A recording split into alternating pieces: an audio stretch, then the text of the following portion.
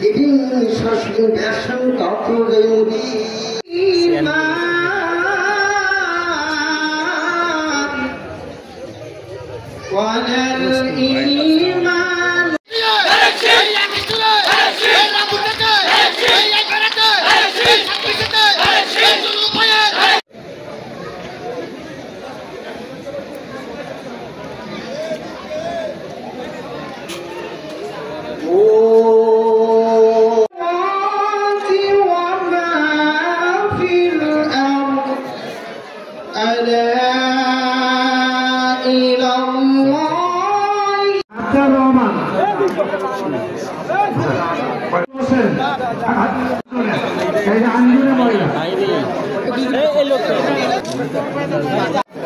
মহিলা আসমা খাতুন কার্ডটা রয়েছে তাদেরকে পৌঁছায় দেবেন এবং বলবেন এই কার্ডটা যেন অতি যত্ন সহকারে লেমিনেটিং করে 2 লক্ষ মা বোনের ইজ্জতে যেতে স্বাধীন হয়েছে সে দেশ স্বাধীন, দেশ সমৃদ্ধশালী হবে, গণতান্ত্রিক দেশ হবে, মানবিক দেশ হবে। কিন্তু কি দেখলাম এখানে অনেক মুরব্বী আছে।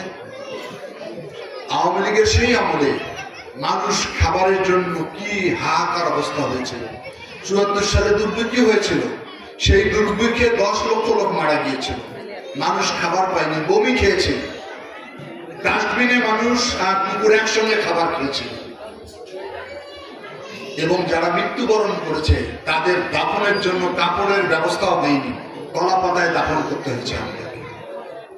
এই জন্য কি আমার পিতা সহ 30 লক্ষ মানুষ শহীদ হয়ে গেল?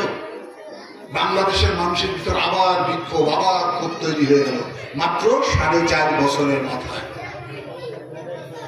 এর ফলে আওয়ামী লীগের ভিতরে 2 গ্রুপ হয়ে গেল। খন্দকার মোস্তাক আহমেদের নেতৃত্বে শেখ মুজিবকে হত্যা করা হলো।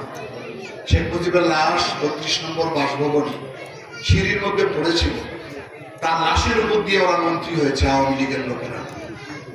বলে নাই এটা যে আমার নেতাকে হত্যা করা হয়েছে, আমরা সরকার গঠন করব না।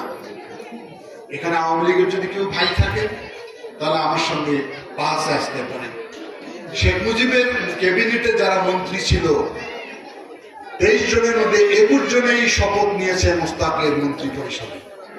আপনারা যারা নাটক দেখছেন বা শোনেন, যাত্রা দেখেছিলেন, যিনি রাজাকে হত্যা করে ক্ষমতায় বসে সেই হলো খুনি।